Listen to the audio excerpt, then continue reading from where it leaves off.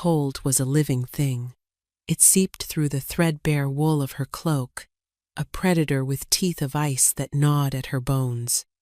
Ilara pulled the fabric tighter, a futile gesture against the relentless wind that howled through the skeletal trees of the Whisperwood. Each gust felt like a personal attack, a reminder from the world that she did not belong. Here, on the far-flung edge of the Blood Moon Pack's territory, belonging was a luxury she had never been afforded. Survival was the only currency, and she was nearly bankrupt. Her fingers, numb and stiff, fumbled with another brittle branch. She added it to the small bundle cradled in her arm, the wood barely enough to fight off the encroaching frost in her tiny, drafty hut for a few hours. It was a pathetic haul for a full afternoon's work, but her energy was as scarce as the dry wood. Hunger was a dull, constant ache in her belly, a familiar companion she had long since stopped trying to appease. Food was for the pack, for the strong. She was neither. She was Ilara, the outcast, the flaw, the moon goddess, in what her former alpha had called a cruel joke, had blessed her with the pure white fur of an albino wolf. Her eyes were a pale, washed-out blue, a stark contrast to the rich ambers and golds of her packmates. Where they saw strength in dark, earthy pelts, they saw only weakness in her snowy coat. She was a ghost in a world of shadows, a mistake of nature, an omega, and worse, a rejected one. The memory was a shard of glass embedded in her heart, twisting with every beat. It had been a year, but it felt like yesterday. Alpha Marcus, her fated mate, had stood before the entire pack under the light of the full moon. The pull of the bond had been a fire in her veins, a song in her soul, a promise of completion. She had looked at him with all the hope a lifetime of loneliness could muster. He had looked back at her with nothing but disgust. I, Alpha Marcus of the Blood Moon Pack, reject you? Ilara, his voice had boomed, each word a physical blow. The moon goddess has erred. I will not be shackled to a weak, pale omega. Your flaw will not be my pack's curse. Then he had turned to Celine, a sleek, dark-furred beta, and claimed her as his chosen mate. The pack had roared its approval, their cheers drowning out the sound of Ilara's world shattering. The snap of the bond had been an agony beyond description, a spiritual tearing that had left her hollowed out, a walking wound. From that moment, she was less than nothing. She was moved to the farthest hut, given the worst scraps, and treated with a mixture of pity and contempt that was somehow worse than outright hatred. Now, the wind bit at her exposed cheeks, and she tasted the salt of a tear she hadn't realized had fallen. Crying was a waste of warmth. She had to get back before the last of the light faded completely. She turned, her worn boots crunching in the thin layer of snow, and began the slow trudge home. The forest was eerily silent, the wind the only sound. It was a heavy, watchful silence that prickled the hairs on her neck. Rogues were known to hunt in these borderlands, preying on the weak and the isolated. She was both. A sound cut through the wind's cry. It wasn't the snap of a twig or the rustle of a winter-starved animal. It was a child's scream, sharp and terrified, followed by the guttural, menacing snarl of a large wolf. Every instinct screamed at her to run back to her hut, bar the flimsy door, and pray the trouble passed her by. She was no warrior. Her wolf was small, her spirit broken. What could she possibly do? But the scream came again, higher and more desperate this time. It pierced through the layers of her despair, striking something deep within her, something she thought had died on the night of her rejection. Compassion, a foolish, useless emotion for someone like her. Yet, her feet were already moving, carrying her towards the sound. She dropped her precious firewood, the branches scattering in the snow like broken bones. Her own survival no longer mattered as much as the terror in that small voice. She burst through a thicket of barren thorns, ignoring the scratches they left on her skin. In a small clearing, she saw him, a little boy, no older than 5 or 6, with dark hair and wide, terrified silver eyes. He was backed against a massive oak tree, his small body trembling. Towering over him was a rogue wolf, a hulking beast with matted, greasy fur and crazed yellow eyes. Its lips were pulled back in a snarl, revealing yellowed fangs dripping with saliva. It was gaunt, starved, and driven by a madness that made it doubly dangerous. There was no time to think, no time to weigh the odds or consider the certainty of her own death. The rogue lunged, its massive jaws snapping at the boy. A raw, protective instinct she didn't know she possessed erupted from Alara's core. "No!" she screamed, the sound thin and reedy in the vast, cold forest. She threw herself forward, shifting mid-stride. The change was clumsy, born of panic rather than practice. Bones snapped and reformed, her threadbare clothes tearing away as her small white wolf form emerged. She was a fraction of the rogue's size, a flash of white against the gray twilight, but she landed squarely between the beast and the boy. She didn't snarl or roar. She stood her ground, a trembling but resolute shield of white fur. The rogue, startled by her sudden appearance, skidded to a halt. It stared at her, its crazed eyes blinking. It seemed confused by this tiny, pale wolf who dared to stand in its way. It could likely snap her neck with a single bite. For a fleeting second, Alara's fear was so absolute it threatened to paralyze her. Her wolf whimpered in the back of her mind, begging her to flee. But then she glanced behind her at the little boy, his silver eyes wide with a fragile, dawning hope. That look solidified her resolve into something as hard and unbreakable as diamond. She wouldn't run. She had been running her whole life, from the pitying stares, the whispered insults, the crushing weight of her own worthlessness. She had nothing left to lose, but this child had everything. If her miserable life could be spent to buy his, then it would finally have meaning. She lowered her head and let out a snarl that was surprisingly fierce, a sound torn from the very depths of her battered soul. The rogue seemed to take her defiance as a personal insult. It lowered its head and charged. Alara braced herself, planting her small paws in the snow. She met the charge not with strength, which she didn't have, but with agility. She dodged the initial snap of its jaws and darted under its belly, sinking her teeth into its hind leg.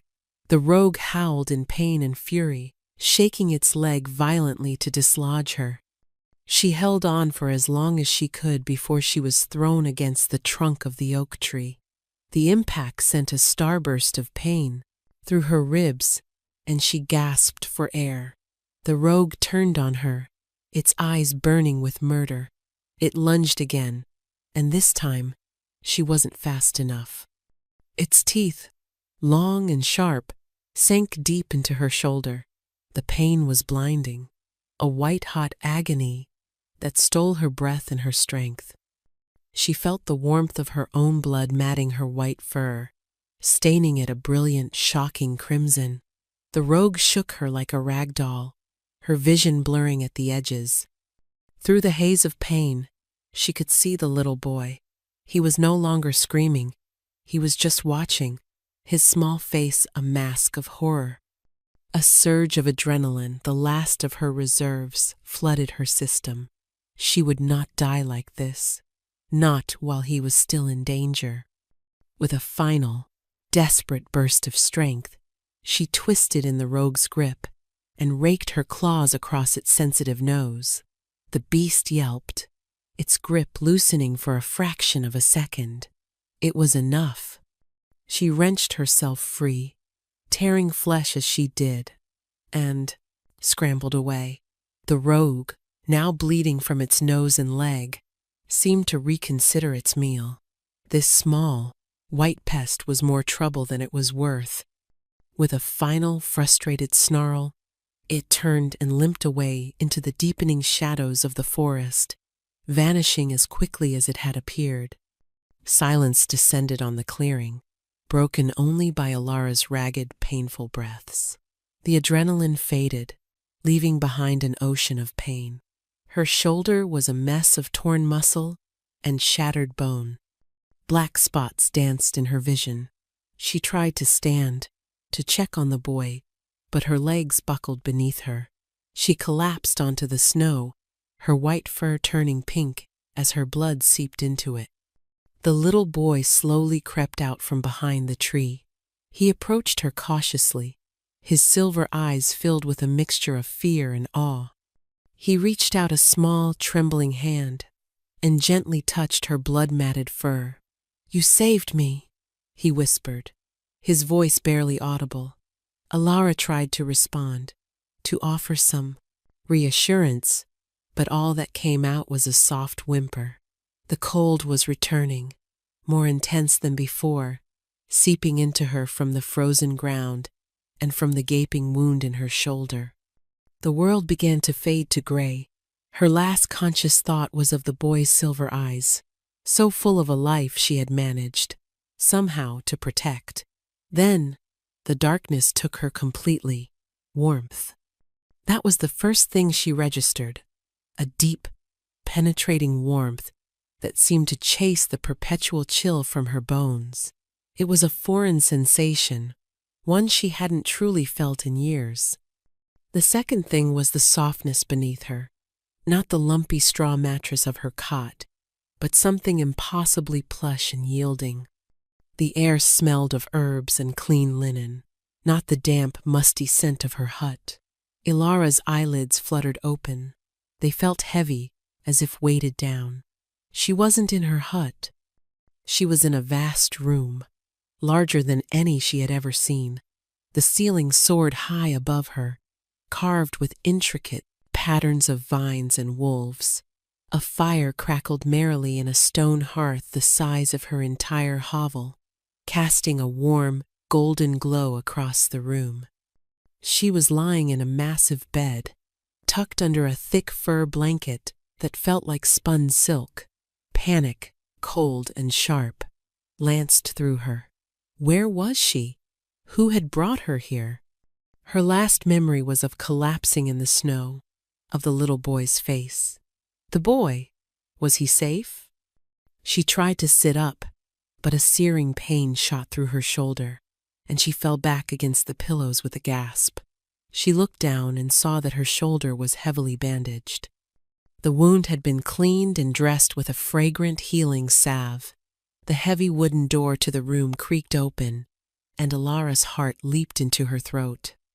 A tall, imposing figure stepped inside, and the very air in the room seemed to shift, growing heavy with power and authority.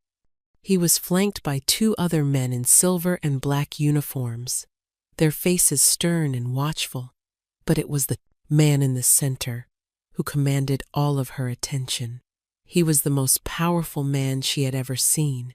Tall and broad-shouldered, he moved with a fluid grace that spoke of immense strength held in check. His hair was the color of midnight, and his jaw was strong and square, but it was his eyes that held her captive. They were the color of molten silver, almost identical to the little boy's, and they glowed with an inner light, radiating an aura of command that left no doubt as to his station. He was an alpha. Not just an alpha, but something more, something ancient and powerful. He stopped at the foot of her bed, his silver eyes surveying her with an unreadable expression. Fear, primal and instinctual, coiled in Alara's stomach. She was a weak omega, an outcast, found on the edge of a territory. In the presence of such power, she was nothing. She instinctively tried to make herself smaller, to shrink into the mattress and disappear. "You are awake," he said. His voice was a deep baritone, a low rumble that vibrated through her chest. It was not unkind, but it held an absolute authority that tolerated no argument. Alara could only manage a small, terrified nod. Her throat was dry, her voice lost somewhere between her fear and her awe. The Alpha King took a step closer. "My son, Kale, told us what happened. He said a white wolf saved him from a rogue." He paused, his gaze intensifying. "He refused to leave your side. When my guards found you, he was curled up against you, trying to keep you warm. He said you were his guardian angel."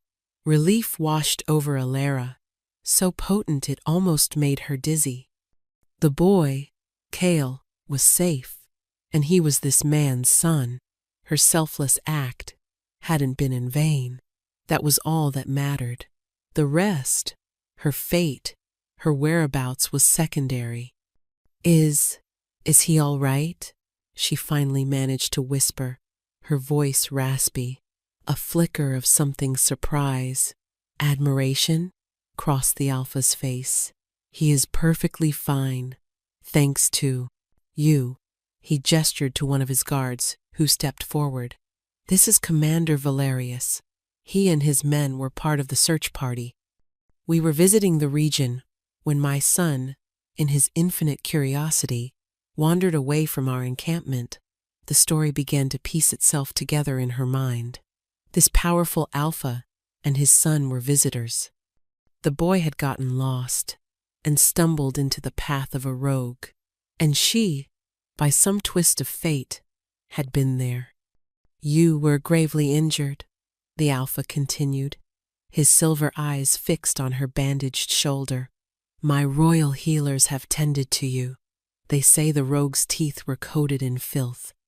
Had you been left in the cold for another hour, the wound would have festered beyond repair. You would have died." "Royal healers?"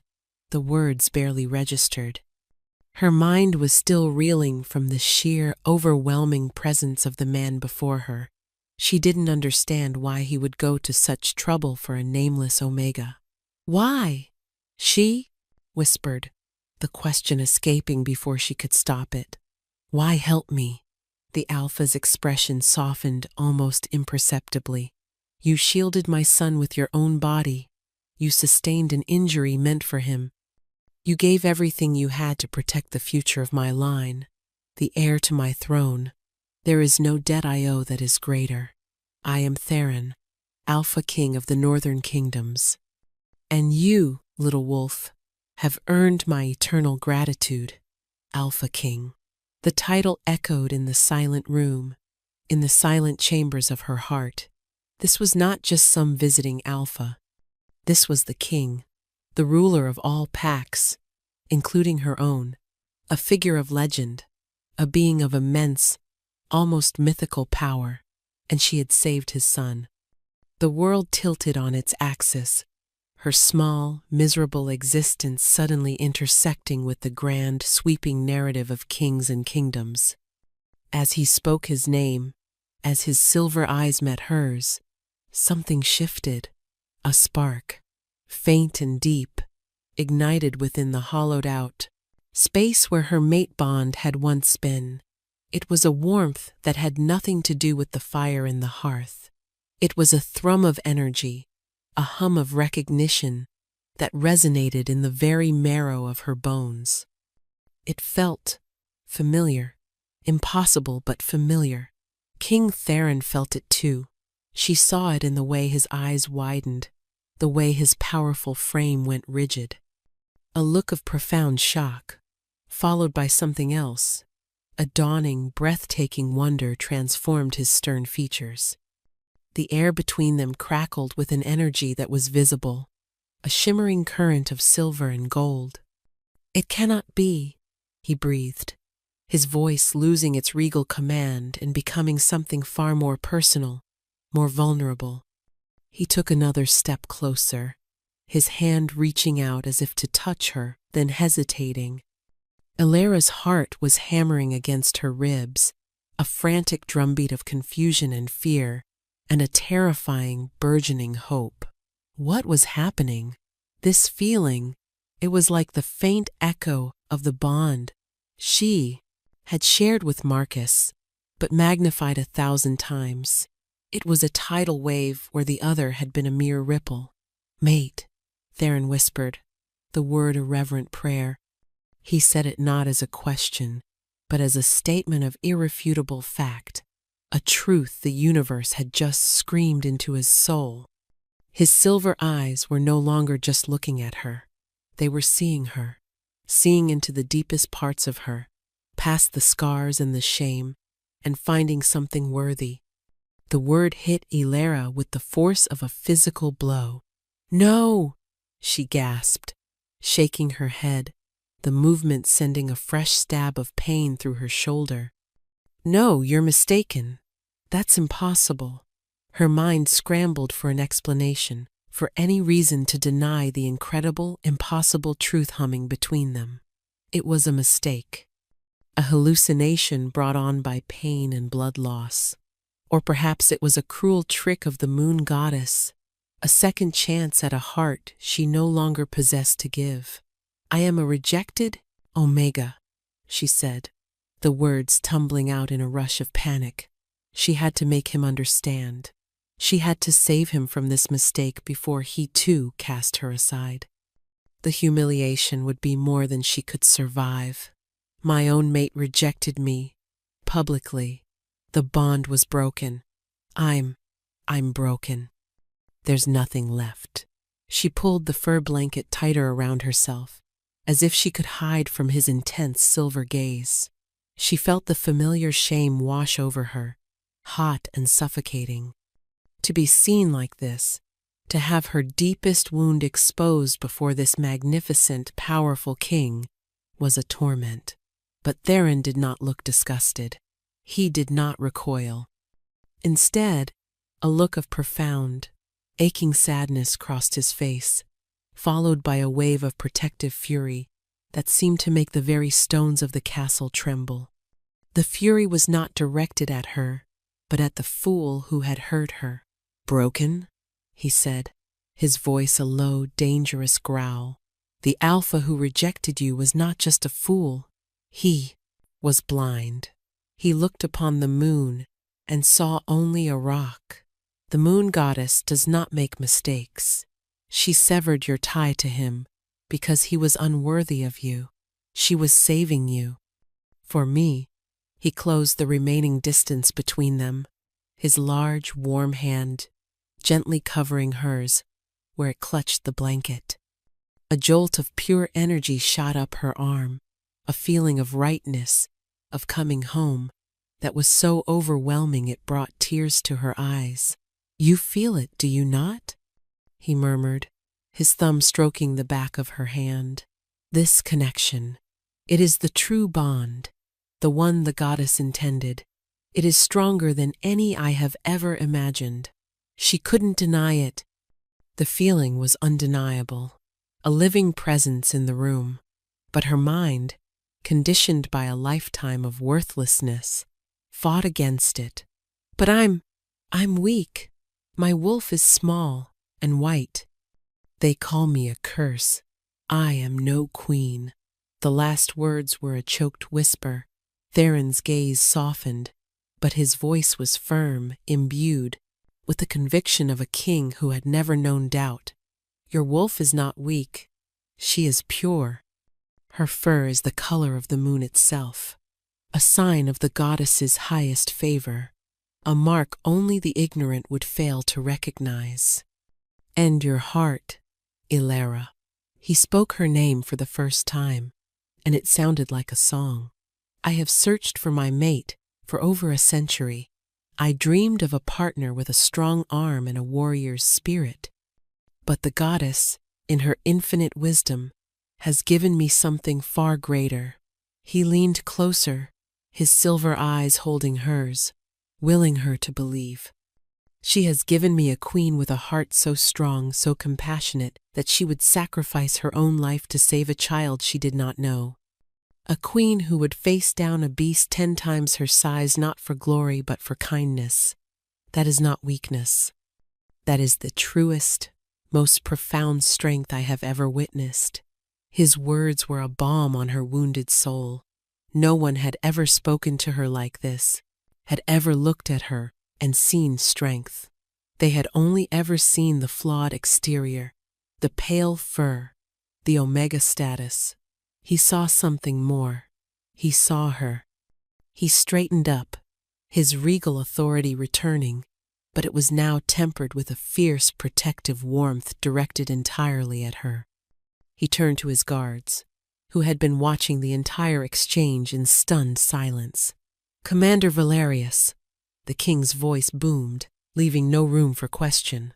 "Send word to all the packs. The search for a queen is over. Inform them that I have found my mate. Her name is Elara. She is the savior of the royal heir and the future Luna Queen of the northern kingdoms." The commander's eyes widened, but he bowed his head low, his voice filled with renewed respect. "Yes, Your Majesty." He and the other guard bowed again, this time to Elara, a gesture so foreign and shocking that she flinched. Then they turned and exited the room, leaving her alone with the king. The declaration hung in the air, heavy and unbelievable. Luna Queen. The words seemed to belong to another language, another life. How could she, the forgotten Omega from the edge of the world, be destined for such a role? It felt like a dream, and she was terrified of waking up. The days that followed were a surreal blur. Elara was moved from the guest chambers to a magnificent suite of rooms adjoining the king's own. They were opulent beyond her wildest imaginings, with soft carpets, a private balcony overlooking the royal gardens, and a wardrobe filled with beautiful gowns of silk and velvet that had been tailored to fit her perfectly. It was all too much. She found herself retreating to the simplest dress, a plain gray wool, because it was the only thing that felt real. The palace staff treated her with a baffling reverence, bowing their heads and calling her Luna. Every time they did, she felt a jolt of panic, a desperate urge to tell them they had the wrong person. She was an imposter in this fairy tale, a stray dog that had wandered into a lion's den, and it was only a matter of time before they all realized the mistake. Her only comfort was Kale. The little prince, her savior in more ways than one, was her constant shadow. He seemed to sense her unease, and made it his personal mission to make her feel at home. He would bring her wildflowers he'd picked from the garden, his small hands clutching the stems tightly. He'd sit with her for hours, chattering about his toys and his lessons, his innocent presence, a soothing balm on her frayed nerves. He looked at her with pure, uncomplicated adoration, seeing not an Omega or a queen, but the white wolf who had saved him. Theron was a paragon of patience. He seemed to understand the depth of her trauma, the fear that held her captive. He did not push her. He did not demand she accept the bond or her new role. Instead, he simply made space for her in his life. He invited her to walk with him in the gardens, his large hand hovering near the small of her back, but never touching unless she initiated it. He ate his meals with her, not at the head of a grand table, but at a small, intimate one set up in her sitting room, asking her about her day and listening, truly listening, to her quiet, hesitant answers. One evening, he took her to the royal library. It was a cavernous room, with shelves stretching up 2 stories to a vaulted ceiling painted with constellations. The air smelled of old paper and leather. He saw the awe on her face, and a gentle smile touched his lips. "I thought you might find some peace here," he said softly. He pulled a heavy, leather-bound book from a shelf. The title was embossed in silver, Legends of the Moon's Chosen. He opened it to a page with a beautiful, intricate illustration of a massive silver wolf standing beside a smaller, luminous white one. Myths from the first packs, he explained, his voice a low murmur beside her. They speak of the first Alpha King and his mate. He was a great warrior, forged in darkness and battle. But his mate? She was said to be a creature of moonlight, a white wolf, whose compassion was her greatest weapon. She healed the wounded, protected the young, and her wisdom tempered his strength. She was not revered in spite of her color, Alara. She was revered because of it. It was a sign of her purity, of her direct connection to the goddess. Alara traced the lines of the white wolf with a trembling finger. The story was beautiful, a fantasy. It couldn't possibly have anything to do with her. It's just a story, she whispered, her gaze dropping to the floor. All stories are born from a sliver of truth, Theron countered gently. He reached out and tilted her chin up, forcing her to meet his gaze. His silver eyes were filled with an unwavering belief that she couldn't comprehend. What you did for Kale, that was not weakness. That was the heart of a queen, the heart of my queen, the pull of the queen. Bond was a constant, a warm current flowing beneath the surface of her fear. When he was near, the hollow ache in her chest eased. His presence felt like a shield, a promise of safety she had never known. But her past was a cruel ghost, whispering doubts into her ear every time she started to feel a glimmer of hope. He says this now, the ghost would hiss in Marcus's voice. But soon, he will see you for what you are. A flawed, useless Omega. He will grow tired of you. He will cast you aside, just like before. She was terrified of that pain. The breaking of her first bond had nearly destroyed her. The breaking of this one, a bond 1,000 times more powerful, would be the end of her. And so she held back.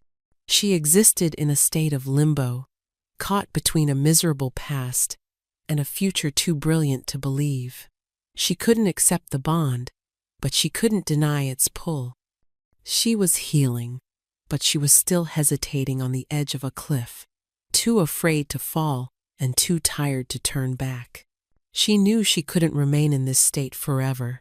Theron was a king.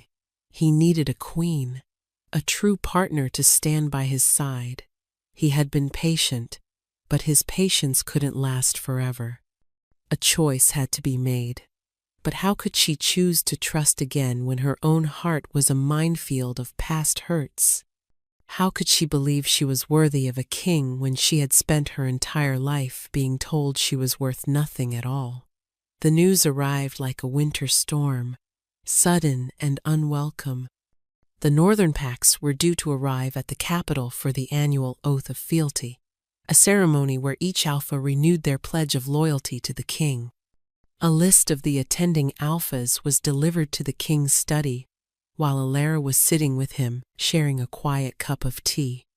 Theron scanned the parchment, his expression hardening almost imperceptibly as his eyes fell upon one name.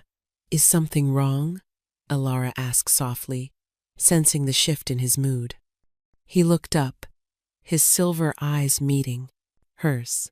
A muscle worked in his jaw. Alpha Marcus of the Blood Moon Pack will be in attendance. The name was a physical blow. The teacup rattled in its saucer as her hand trembled.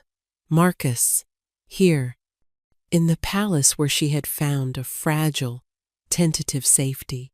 The ghost of her past was no longer a whisper in her mind. It was about to walk through the front gates.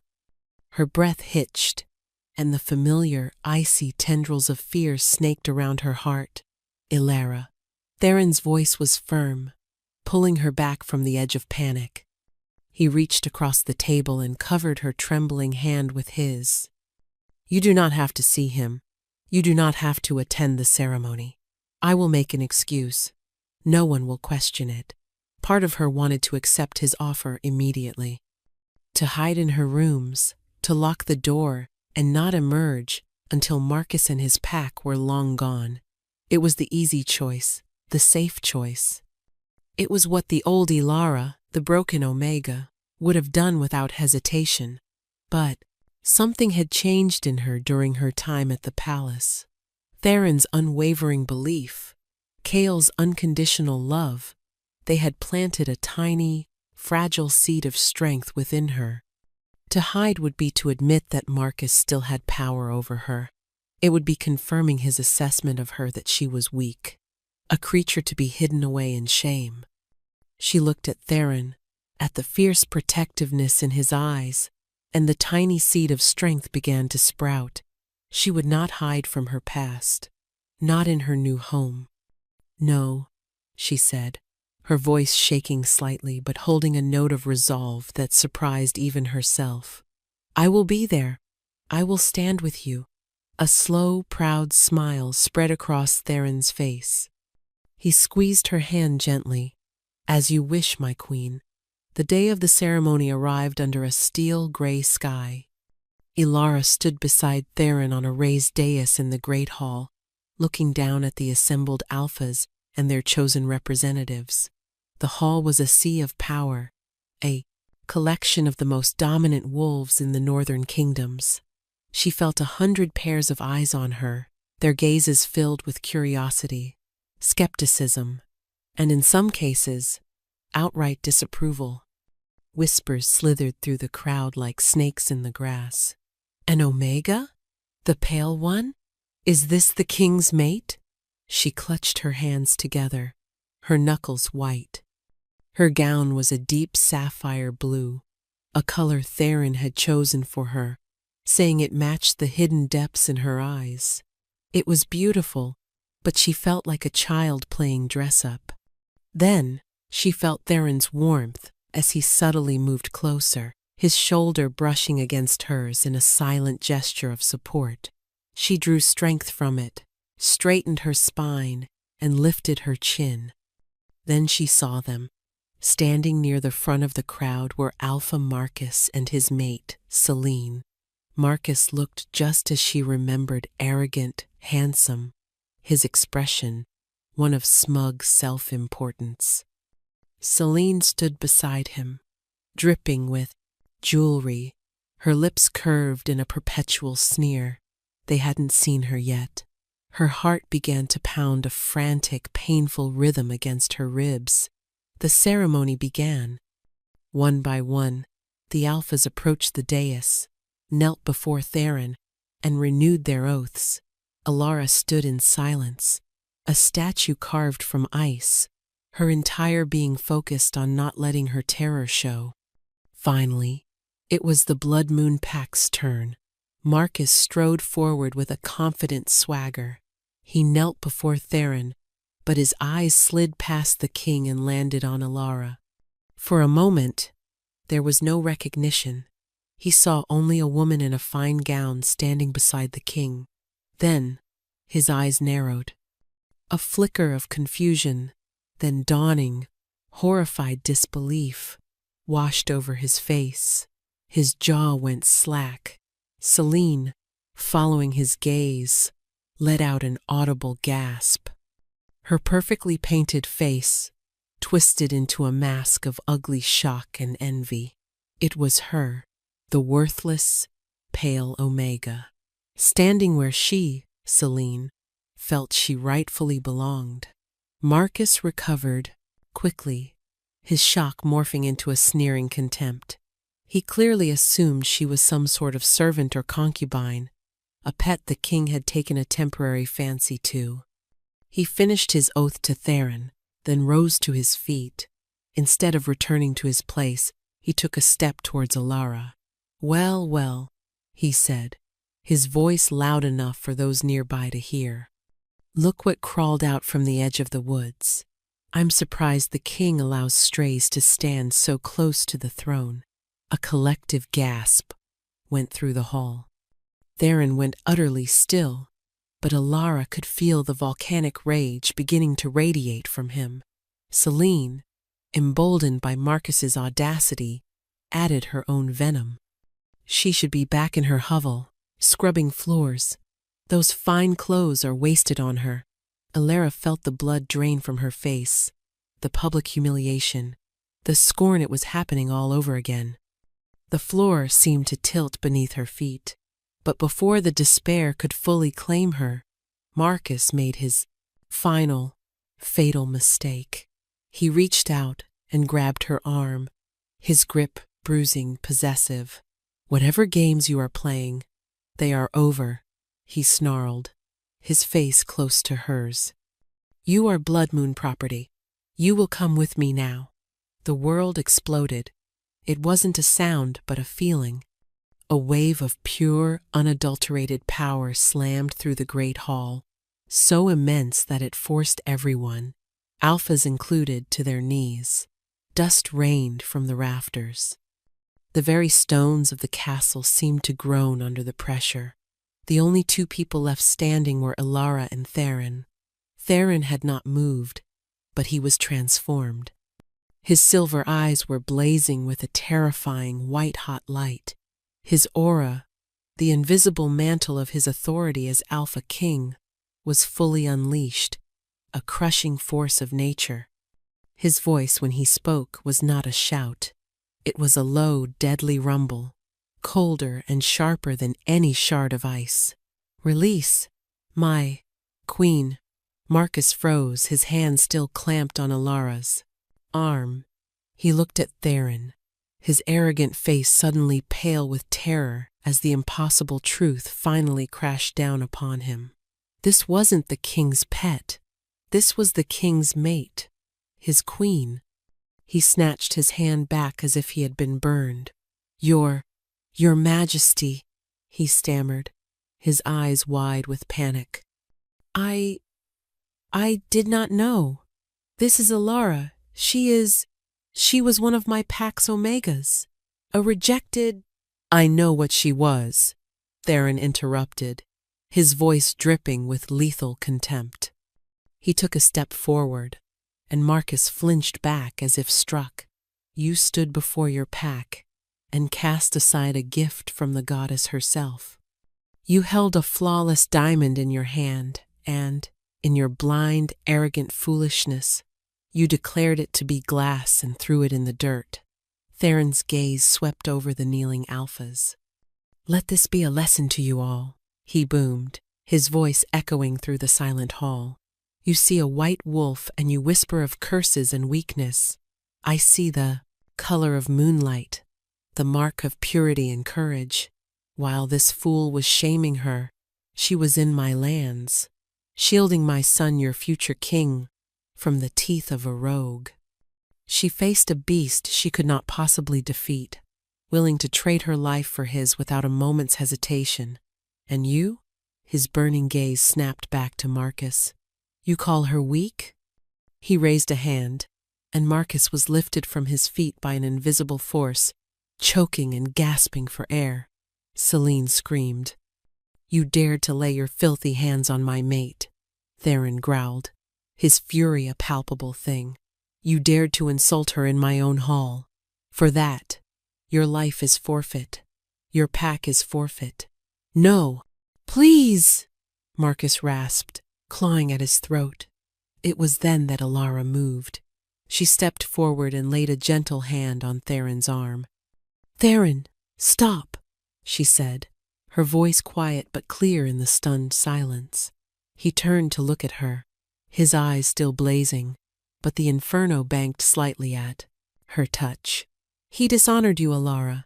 He must pay the price." "And he will," she said, her gaze shifting to the terrified, groveling Alpha. She looked at Marcus, at the man who had shattered her world, and she felt nothing, no fear, no hatred, only a distant, detached pity. He was small, insignificant. His opinion of her no longer mattered. His power over her was broken forever. His price will be to live with the knowledge of what he threw away, to return to his pack and tell them that the Omega he scorned is now his queen. That will be a greater punishment than death." Theron stared at her for a long moment, his expression unreadable. Then he slowly nodded, a look of profound admiration dawning in his eyes. He lowered his hand, and Marcus dropped to the floor, gasping and sobbing. "You have heard the Queen's judgment," Theron announced to the hall. "Her mercy is the only thing that saves you today, Marcus. Now get out of my sight. Your pax fealty is on probation. One more misstep, and I will wipe it from the face of this earth." Marcus and Celine scrambled to their feet and fled the hall, their shame and terror a palpable wake behind them. A slow, profound silence followed their departure. Then Commander Valerius, who was kneeling near the dais, rose to one knee and bowed his head low, not to Theron, but to Alara.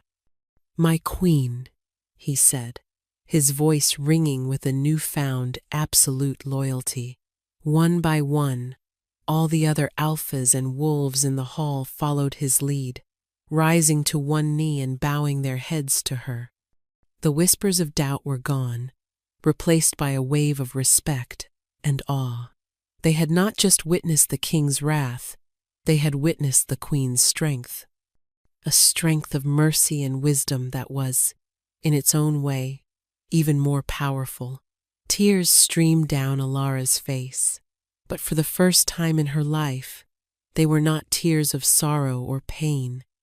They were tears of release, tears of vindication. The final wall around, her heart, the one built from Marcus's rejection, and a lifetime of shame, crumbled into dust. In its place, something new and strong and beautiful began to grow. She was not the broken Omega anymore. She was Alara, and she was a queen. Later that evening, after the ceremonies had concluded and the great hall was empty, Alara stood with Theron on the balcony of her chambers. The moon was high and full, casting a silvery glow over the sleeping kingdom. The air was crisp and cold, but she felt nothing but a profound warmth that radiated from her very core. She turned to face him, her blue eyes clear and steady. The last vestiges of her fear were gone, burned away in the crucible of the day's events. She saw him not just as a king, a powerful figure of authority, but as Theron, her mate, the one who had seen her when she couldn't even see herself. "What you said today," she began, her voice soft, "that the goddess saved me for you. I believe you were right." A look of immense relief and joy washed over his strong features. "Alara," he breathed her name, his voice thick with emotion. She reached up and gently touched his cheek, her fingers tracing the line of his jaw. "My whole life, I believed I was a mistake, flawed, unworthy of a mate, of a pack, of happiness. My rejection, it felt like confirmation of all those fears. But it wasn't an end. It was a detour. It was the path I had to walk to find my way here. To find you." She took a deep breath, letting go of the last shadow of her past. "The bond between us, I feel it. I have felt it from the beginning. I was just too afraid to accept it." She looked him directly in the eye, her heart open and vulnerable and stronger than it had ever been. "I am not afraid anymore. I choose you, Theron. I accept this bond. I accept you as my mate." The words were the most powerful magic in the world. Theron's silver eyes shone with unshed tears. He wrapped his arms around her, pulling her against his powerful chest, holding her as if she were the most precious treasure in the universe. "And I choose you, Alara," he murmured into her hair. "I have been choosing you every moment since I first saw you. I will spend the rest of my life proving that my heart is a worthy home for yours." He drew back slightly, his hands cupping her face. He lowered his head, and his lips met hers. It was not a kiss of passion, but of homecoming. It was the gentle click of the final piece of a puzzle falling into place. It was fire and lightning, yes, but it was also the quiet, steady warmth of a hearth fire on a cold night. It was the sealing of a promise, the joining of two souls who had been wandering the world, searching for their other half. In that moment, the bond between them solidified, a brilliant, unbreakable chain of silver light that wrapped around them both, tying them together for eternity. She was no longer a rejected Omega. He was no longer a lonely king. They were one. Their mating ceremony was held a month later, under the same full moon that had once witnessed her deepest shame. This time, however, it witnessed her greatest triumph. Every alpha from the northern kingdoms was in attendance, their heads bowed in respect. Alara stood beside Theron, not in borrowed finery, but in a gown of pure white silk that seemed to shimmer with its own inner light, a perfect match for her wolf's fur. She was no longer hiding her nature, she was celebrating it. As the elder shaman bound their hands together with a silver cord, Theron leaned down and whispered in her ear, "My moon, my mate, my queen." She smiled, a genuine, radiant smile that lit up her entire being. "My home," she whispered back. Her life as queen was not what she had expected. She did not spend her days in idle luxury. With Theron's full support, she used her position to enact real change. She established sanctuaries for Omegas and other wolves who had been cast out or mistreated by their packs. She created new laws that protected the weak and ensured that no one would suffer the loneliness and despair that she had endured. Her compassion, once seen as a weakness, became the bedrock of her reign, earning her the love and fierce loyalty of her people. The tale of the White Wolf, queen who ruled with a gentle heart and an iron will, became a legend whispered in every corner of the kingdom. She never forgot where she came from. The memory of the cold, the hunger, and the hopelessness served as a constant reminder of her purpose. Her past was not a scar to be hidden, but a map that had led her to her true destiny. Standing on the balcony, with Kale playing at her feet and Theron's arm wrapped securely around her waist, she looked out at the kingdom she now helped protect. She had been rejected, broken, and thrown away. But in the end, by shielding the innocent, she had found a love that shielded her in return, and a home greater than any she could have ever dreamed of. She was finally, completely, whole.